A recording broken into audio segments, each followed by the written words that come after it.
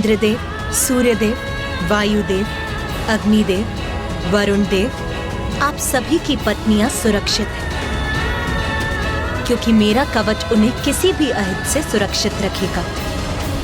माता, आपका कोटि कोटि धन्यवाद। आपने कृपा कर हमारी सारी चिंताएं हर ली। माता, यदि सभी देवियां सुरक्षित हैं, तो क्या हम उन्हें अपने साथ लौटा कर ले जाएं? नहीं, अभी वो समय नहीं आया, क्योंकि शुंभ और निशुंभ के वध होने तक देवियां मेरे ही कवच के संरक्षण में गुफा में सुरक्षित रहेंगी।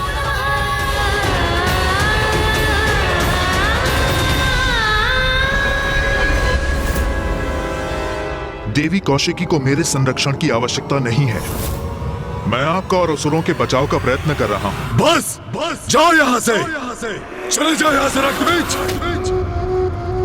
इन्हें समझाने के मेरे सभी प्रयत्न विफल हो गए हैं। अब मेरा यहाँ से निकलने का समय आ गया है। जिस दिवस में असुर महानायक के पद पर स्थापित हुआ था, मैंने समस्त असुर समुदाय को साक्षी मानकर एक प्रण लिया था कि असुर शक्ति को आधार बनाकर संपूर्ण त्रिलोक में अपने असुरों की प्रभु सत्ता स्थापित करूंगा। किंतु तब मुझे यह कहा गया था कि मेरा ही एक अत्यंत शक्तिशाली और महत्वपूर्ण सेनापति मेरी सबसे बड़ी दुर्बलता का रूप लेगा। यहाँ और रुककर मैं अपने असुर समुदाय के प्रति अपनी निष्ठा प्रमाणित नहीं कर सकता।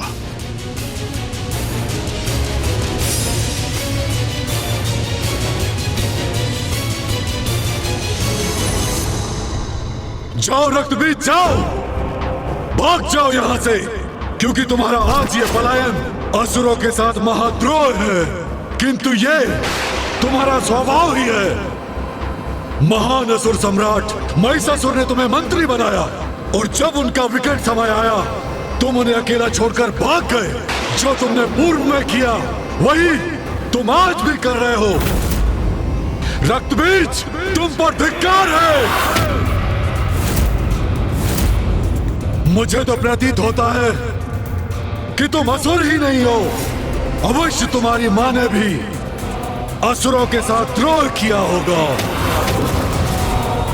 और अपने चरित्र को देवताओं के साथ कलंकित किया होगा, और तुम उस कलंक का परिणाम हो रक्तबीज।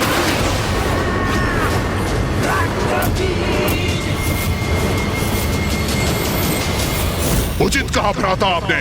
तभी तो बार बार देवियों का साथ देकर अपने आप को कलंकित करता है ये।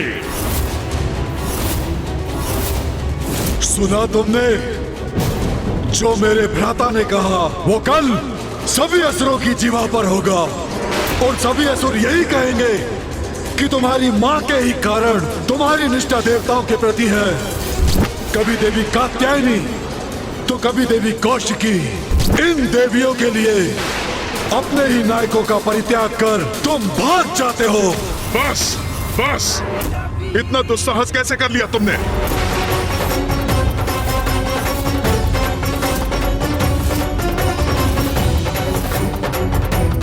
सभी सीमाएं लांघ गए हो तुम। मेरी मां के प्रति अपशब्द कहा तुमने। तुम्हें इसका दंड मिलेगा। अपने हाथों से तुम्हारा वध करूंगा मैं। स्तंभन! स्तंभन! स्तंभन!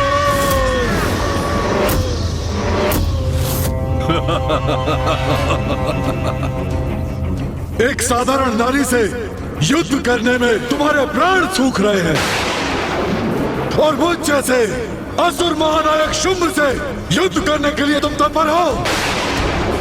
यह कैसा परिहास है? इस बंधन से मुक्त होता तो अभी अपनी शक्ति का परिचय देता तुम्हें। तुम्हारी मां को लेकर कुछ कह दिया तो तुम इतने क्रोधित हो गए, किंतु तुम्हारे इतने असुर योद्धाओं का वध हो गया और तुम पर कोई प्रभाव नहीं पड़ा। भ्राता शुंभ ये क्या कर रहे हैं? यदि रक्त बीज के तन से उसके रक्त की एक भी बूंद धरती पर गिरी तो वो उसके लिए एक बड़ी सेना उत्पन्न कर देगी। और यदि ऐसा हुआ तो ज्ञात नहीं वो सेना हमारी कैसी दुर्दशा करेगी। नहीं, भैया को उसे स्तंभन से मुक्त करना ही होगा।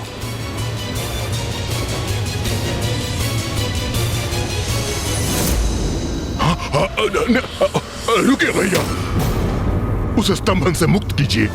ये युद्ध नहीं करना चाहता है तो इसे जाने दीजिए। क्यों अपनी शक्ति को व्यर्थ कर रहे हैं इस पर? उचित है निशुंभ, उचित है। मेरे स्तंभन से मुक्त हो जाओ।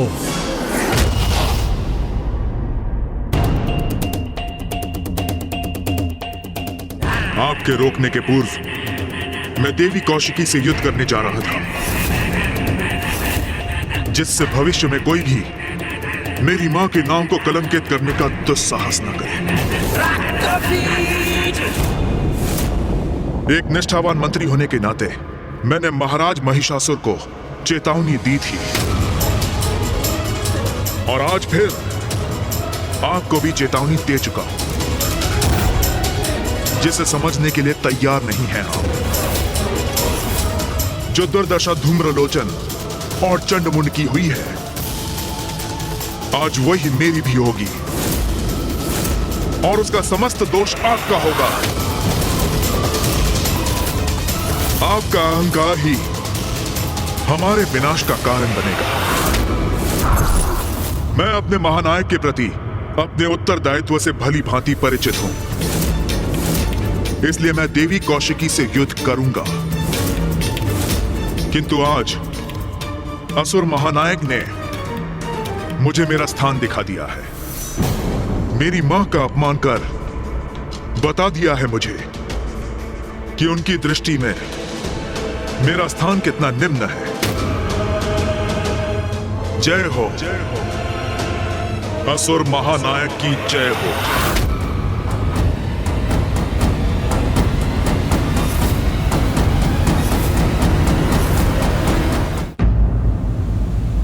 देवगण, आप सभी के यहाँ से प्रस्थान का समय आ गया है।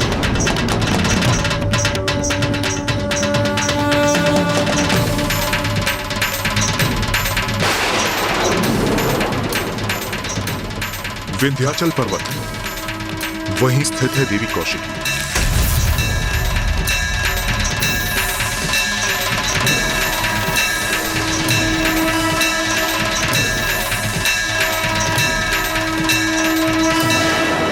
माँ, हमें यहाँ से दूर मत भेजिए। ये सब जो घटित हो रहा है और जो होने वाला है, ये सभी तो आपकी ही लीला है माँ। हमें भी यहाँ रहकर आपकी उसी लीला का प्रत्यक्षदर्शी बनने की अनुमति दीजिए माँ।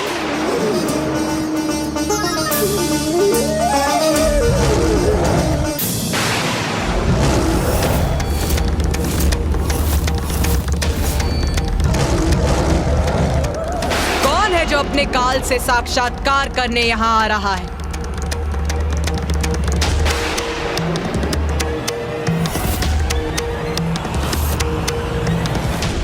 रक्त बीज, रक्त बीज।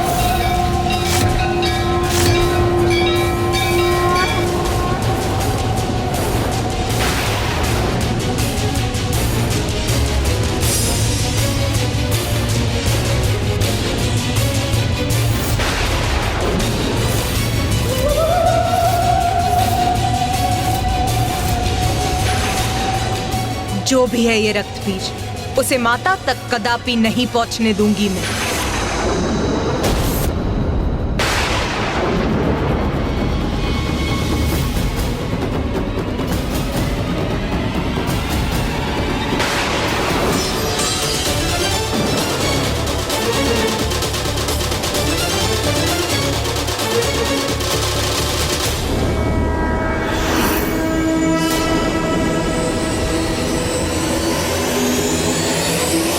जगत जननी,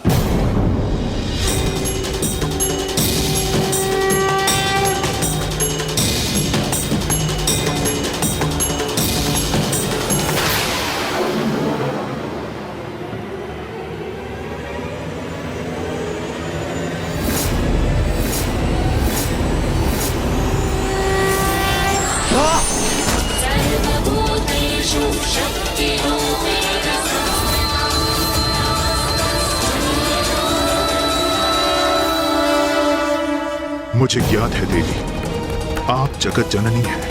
पूर्व में आप देवी कात्यायनी का रूप धारण कर प्रकट हुई थी और आप देवी कौशिकी के रूप में मेरे समक्ष हैं। रक्त बीज, मुझे ज्ञात है अपने भीतर उमड़े अंतर्द्वंद के किस बवंडर से जूझ रहे हो तुम।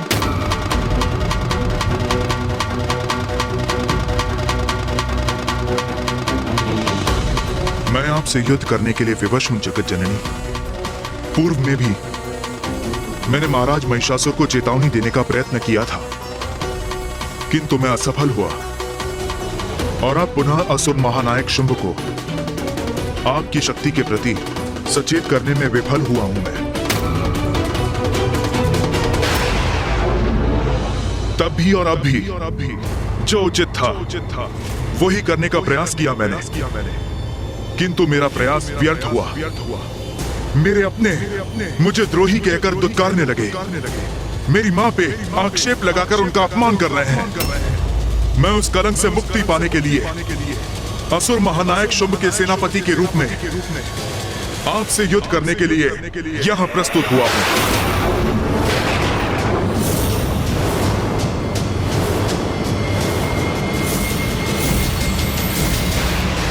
आप अपना दायित्व निभा रही हैं जगत जननी, और मैं भी अपना दायित्व निभाने यहां आया हूं। ज्ञात है मुझे अंततः आपके हाथों मृत्यु होगी मेरी,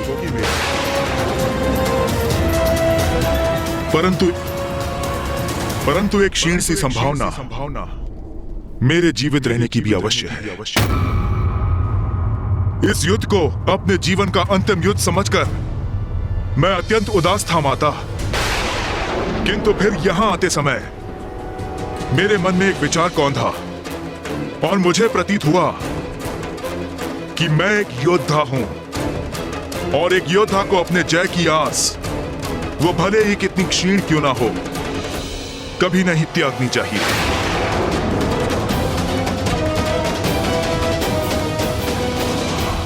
और ये उचित भी है, आप जगत जननी हैं, देवी शक्ति हैं, तो मैं बुराई का साथ देने पर भी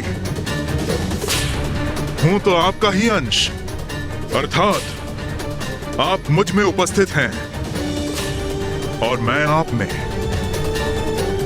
इसलिए हम दोनों भिन्न होते हुए भी एक ही हैं और हमारी शक्ति का स्रोत भी एक ही है। जब शक्ति एक है तो फिर इस युद्ध में जहां आपकी शक्ति सफल हो सकती है तो मेरी क्यों नहीं।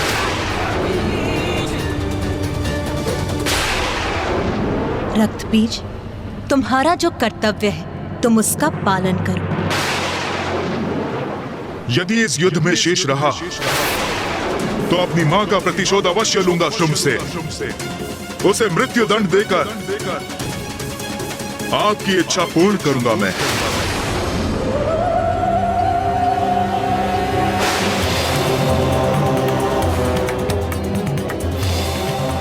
मैं आपसे युद्ध करने के लिए प्रस्तुत हूं माता। आज्ञा दीजिए देवी कौशिकी, वो आपसे युद्ध करने आया है, किंतु उसके पूर्व उसे मुझे पार कर आगे बढ़ना होगा।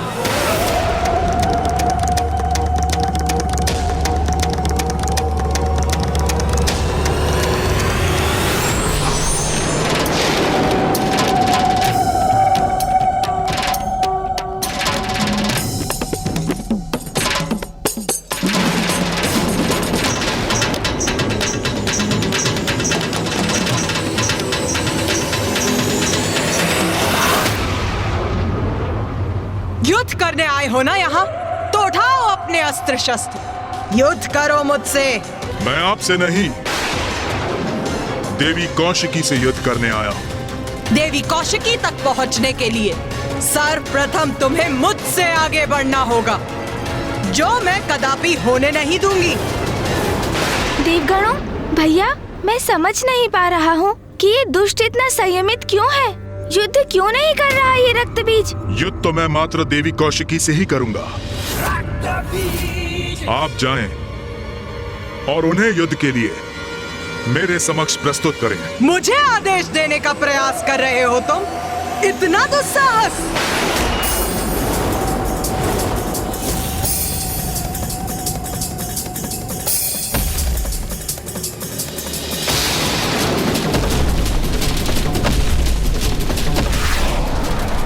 आइए देवी, युद्ध कीजिए मुझसे, यही तो मैं भी चाहता हूं।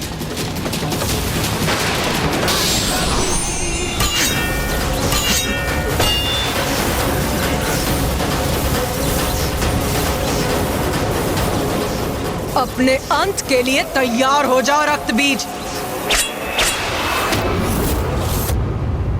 इतना सरल नहीं है मेरा अंत।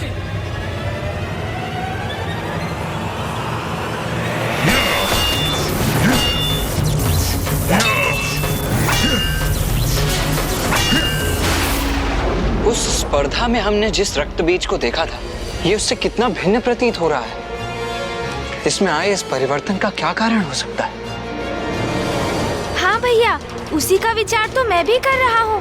अभी तक माता पर एक वार तक नहीं किया है इस असुर ने। बस अपना बचाव।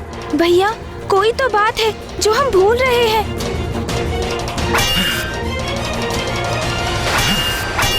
प्रथम पूज्य गणेश जी, रक्तबीज को ये भली बात ही ज्ञात है कि वो माता का सामना कदापि नहीं कर सकता, इसलिए वो केवल युद्ध करने का स्वांग कर रहा है, जिससे कि वो शुंभ को संतुष्ट कर सके। नहीं देवराजेंद्र, असुर युद्ध भूमि में आकर अपने क्रोध के वश में अक्षम हो जाते हैं। इसलिए उसकी आसुरी प्रवृत्ति उसे संपूर्ण सामर्थ्य से युद्ध करने पर विवश कर देती है। किंतु ये तो इतना शांत है, इसके पीछे अवश्य कोई अन्य रहस्य है।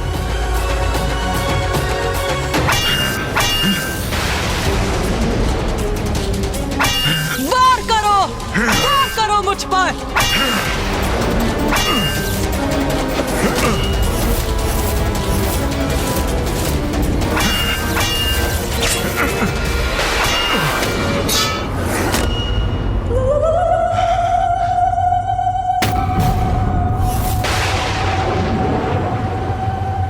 निशस्त्र योद्धा पर वार नहीं करती मैं।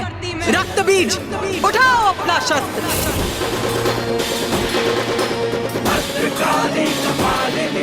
सुना नहीं? अपना शस्त्र उठाकर प्रस्तुत हो युद्ध में। उठाओ, वार करो मुझ पर।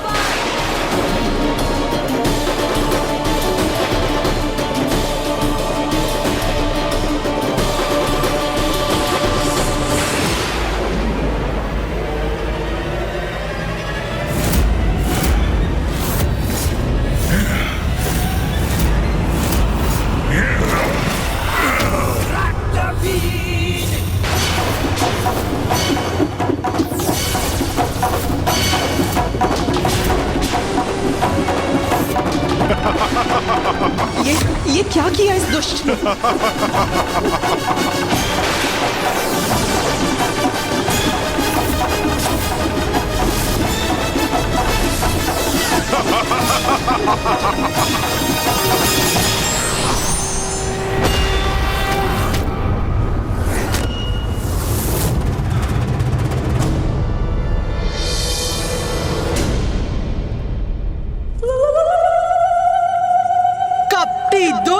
तूने छल से देवी कौशिकी पर वार करने का दुस्साहस कैसे किया?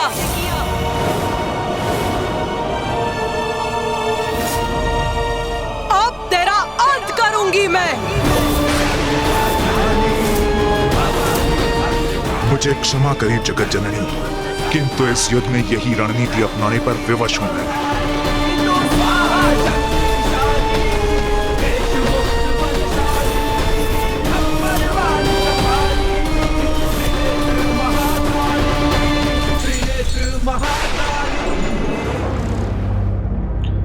क्या हुआ भ्राता निशुंभ, इतने अधीर क्यों हो? महाराज शुंभ, क्या रक्तबीज युद्ध करेगा? इस बात का हम विश्वास कैसे कर सकते हैं? देवी देवी कह के गुणगान गाने वाला वो द्रोही कदाचित अभी उस देवी के चरणों में गिरकर भजन गा रहा होगा। ऐसा कुछ नहीं होगा भ्राता निशुंभ। ऐसा कुछ नहीं होगा। ऐसा नहीं होगा ये आप किस विश्वास पे कह रहे हैं? क्योंकि रक्त बीज के स्वभाव से भली भांति परिचित हूं। वो हमारे समान निर्लज्ज नहीं है। उसकी मां का अपमान कर हमने उसकी भावनाओं को ठेस पहुंचाई है, और वो मूर्ख अपनी मां के सम्मान के लिए अवश्य युद्ध करेगा, अवश्य करेगा। कहीं वो धूम्रलोचन, रूरू, महेश पौंड्रक और चंडमुंड के समान उसकी मृत्यु हो गई तो? कैसे होगी उसकी मृत्यु, जिसके रक्त के प्रत्येक बूंद से एक और रक्त बीज उत्पन्न होगा। उसका रक्त बहा तो सहस्त्रों रक्त बीज उत्पन्न हो जाएंगे उसके साथ युद्ध करने के लिए। इसलिए उसका अंत असंभव है। रक्त बीज पर प्रहार ही उसे और शक्ति प्रदान करेगा, उसे असुरों के शत्रुओं का अंत करने में सक्षम बनाएगा। समझे भ्राता निशुंभ? कुछ ही समय में रक्त बीज लौटकर अपने विजय की गाथा सुनाएगा।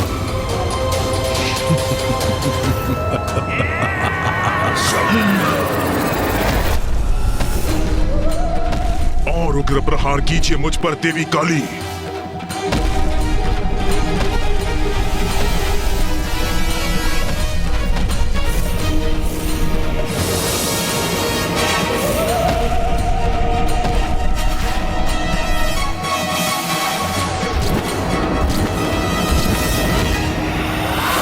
देवी कौशिकी पर छल युक्त प्रहार करने का उचित दंड प्राप्त होगा तुझे रक्त बीज।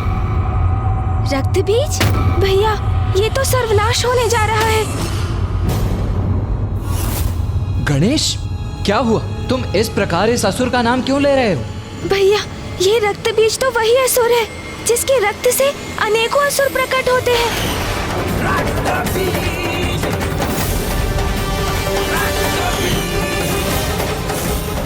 तो ये है उसकी चाल। वो माता को क्रोधित कर रहा है, जिससे वो उस पर वार करे और उसका रक्त बहे, और जिससे उसके प्रतिरूप उत्पन्न हो और उसकी सहस्त्रों असुरों की सेना प्रकट हो जाए।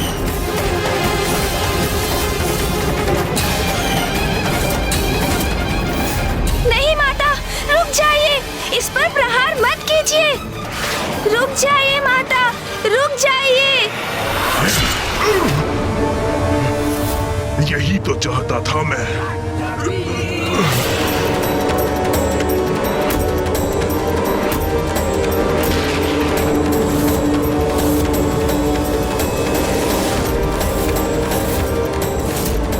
देवी काली, ये कैसा अनर्थ हो गया आपसे?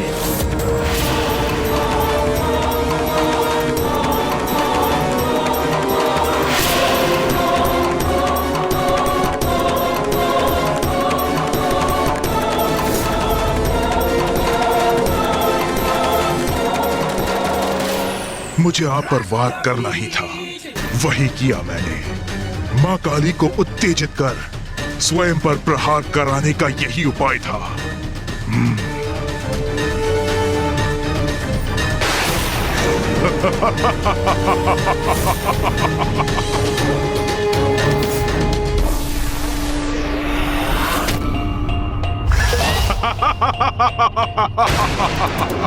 ये है रक्त बीज की शक्ति माता। ये कैसा आभास हो रहा है मुझे?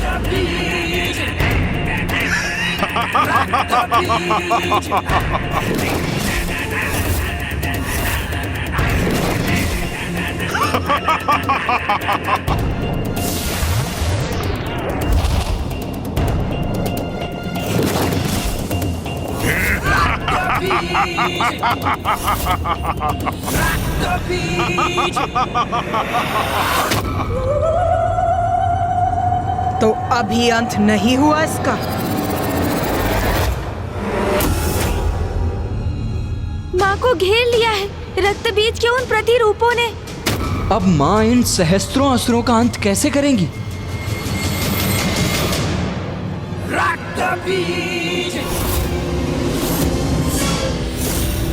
देखा देवी, मेरा वध कोई नहीं कर सकता।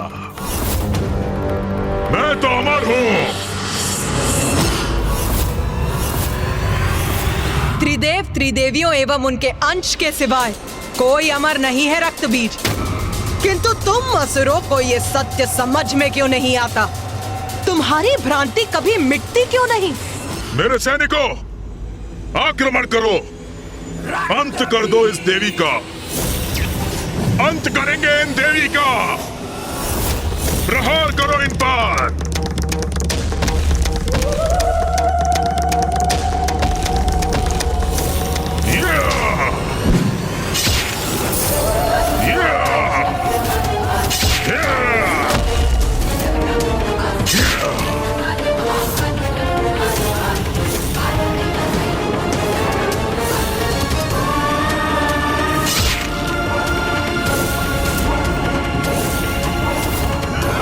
कितनी भी संख्या में प्रस्तुत क्यों ना हो जाओ, किंतु मैं तुम सभी का वध करूंगी।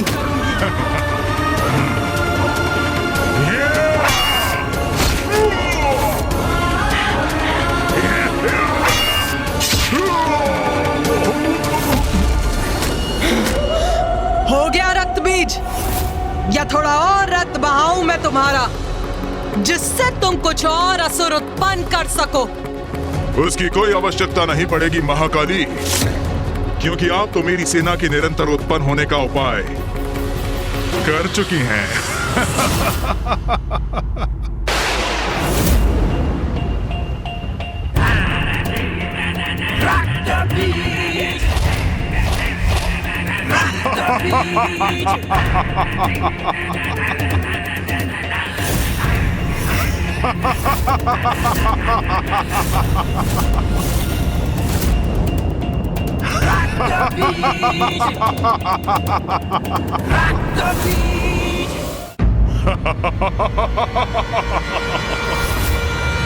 ये असुर तो निरंतर उत्पन्न होते रहेंगे, इनका तो कभी अंत ही नहीं होगा। हाँ गणेश, तुम उचित कह रहे हो गणेश।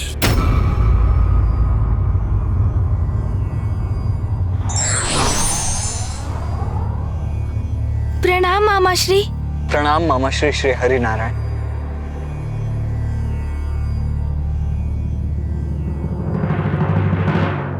रक्त बीज और उसके असुरों का जितना रक्त बहेगा, उनके रक्त से उतने ही असुर उत्पन्न होंगे। किंतु मामाश्री, इन असुरों की उत्पत्ति और मरण के इस चक्र का अंत करने का कोई तो उपाय होगा।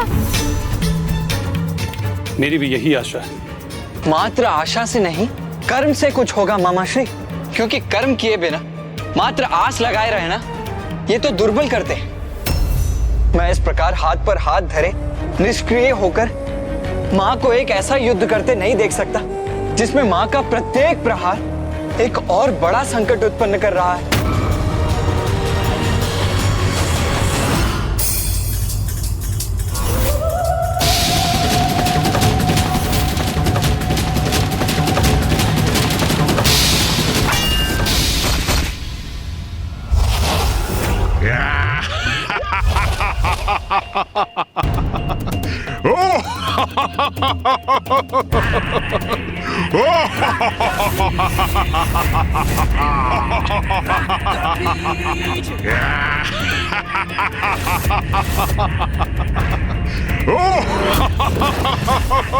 माता, मुझे इन असुरों से युद्ध करने की अनुमति दीजिए। आगे बढ़ेंगे, विजयी होंगे, रुकेंगे नहीं हम। आक्रमण!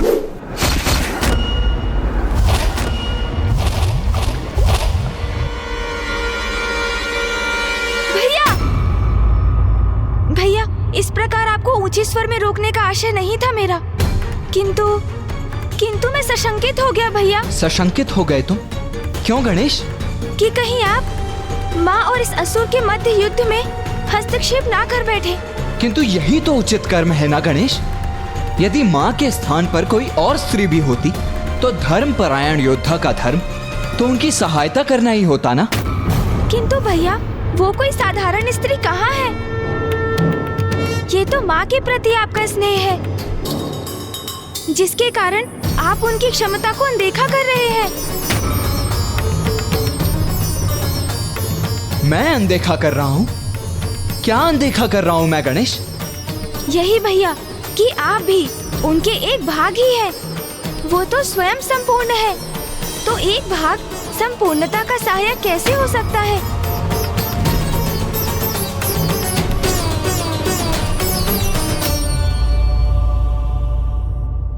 तुम सर्वथा उचित कह रहे हो गणेश। मैं ये कैसे नहीं देख सका? मेरा जन्म तो मां से ही हुआ है। मेरा तन, मन, मेरे रक्त की प्रत्येक बूंद मां की ही तो देन है। इसीलिए मेरी शक्ति पर विश्वास कर मां की सहायता करने का निश्चय कितनी बड़ी भूल थी मेरी। मैं वास्तव में भूल रहा था कि मां की शक्ति तो अथाह अपार है।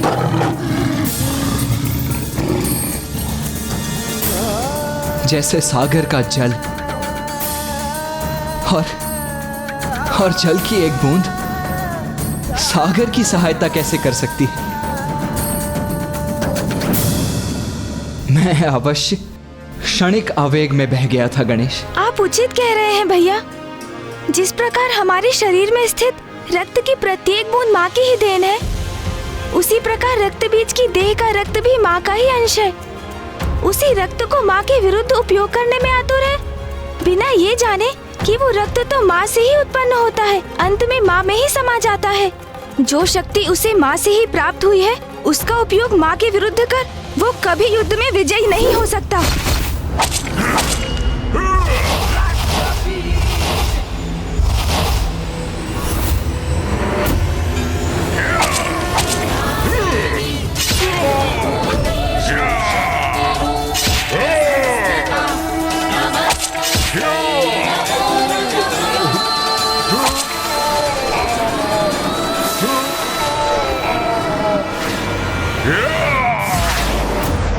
अब ये कैसी ध्वनि है?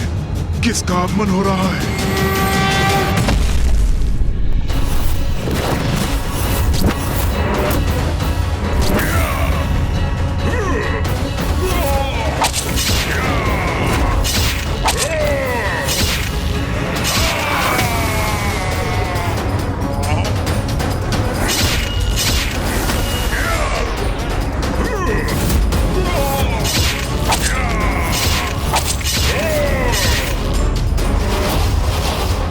यही तो विशेषता है मेरी।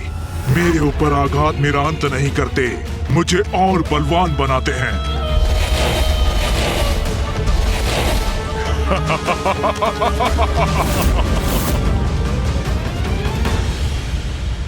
इस प्रकार तो ये असुर निरंतर उत्पन्न होते रहेंगे, इनका कभी अंत ही नहीं होगा।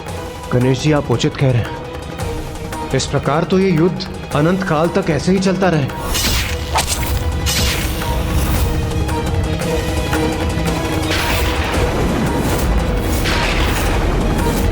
तो फिर माता कैसे रक्त बीज को अपने रक्त से नवीन असुर उत्पन्न करने से रोकेंगी?